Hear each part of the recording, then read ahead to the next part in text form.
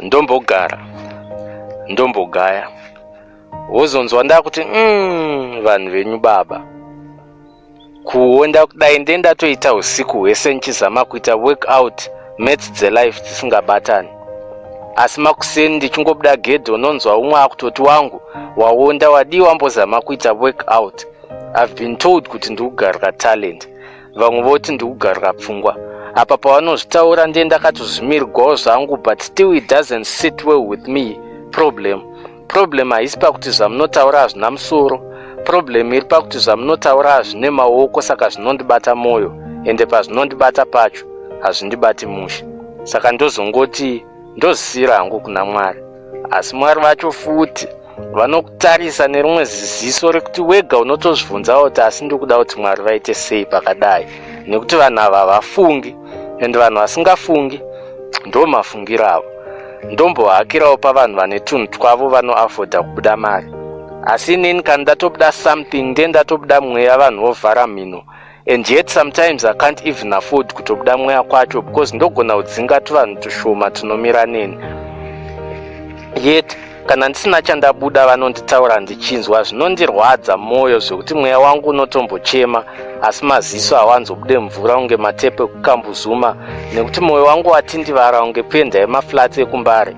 Yet vanoramba vachitaura zvinobaya moyo vachiti kuwadzana, but inini ndichitoda ubudiriro zvekutomboenda out kumafura mhepo kunoona mawaterfalls ishuviro, but ivo vanenge vachingoti ndikuzviitisa.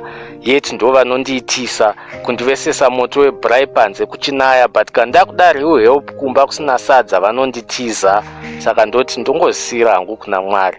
Asi Mwari vacho futi vanokutarisa nerimwe ziziso rekuti wega unozvibvunzawo kuti asi ndikuda kuti Mwari vaite sei pakadai, nekuti vanhu ava vafungi, ende vanhu vasingafungi ndo mafungiro avo. Musavaone kurova mucheno kudai, chero vakapfeka magirazi havaoni chakanaka pamunhu. Ndakambovaradza mapictures emusikana wangu, nanhasi tikasangana mutauni vanoti ari seiko headmistress, chero vari vanhu vakawanikwa unotovashayira pavo. Hapana asina chaanoita usiku. Vamwe vanorara asi kakurara hope rugare, vasina rugare vanomukira kunopinda nepamahwindo. Vamwe ndo vanenge vakatasva mapere, vamwe ndo vanenge vachitengesa miviri yavo kuri kutsvaga mabetter avenues, mikana iri nani mulife.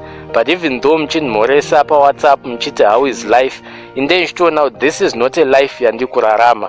Vamwe vezera rangu vanosvika kumba vakabata chingwa nemazai, ini ndinosvika kumba ndakabata maoko. Every day funeral my dignity dies, and then you kill my confidence pamunoshora. Even pandinge ndichiti ndazama ndakavira bhora, imi muchenyu kungostrika kunge lightning, chero mukanzwa kuti ndaaconductor ndakawana basa kumakombi munongoti mufana waari kuleka drive, ndo handati handichaide game yacho ini. Saka ndozisira hangu kuna Mwari. Asi Mwari vacho futi vanokutarisa nerimwe ziziso rekuti wega unotozvibvunzawo kuti asi ndikuda kuti Mwari vaite sei pakadai, nekuti vanhu ava vafungi, ende vanhu vasingafungi ndo mafungiro avo.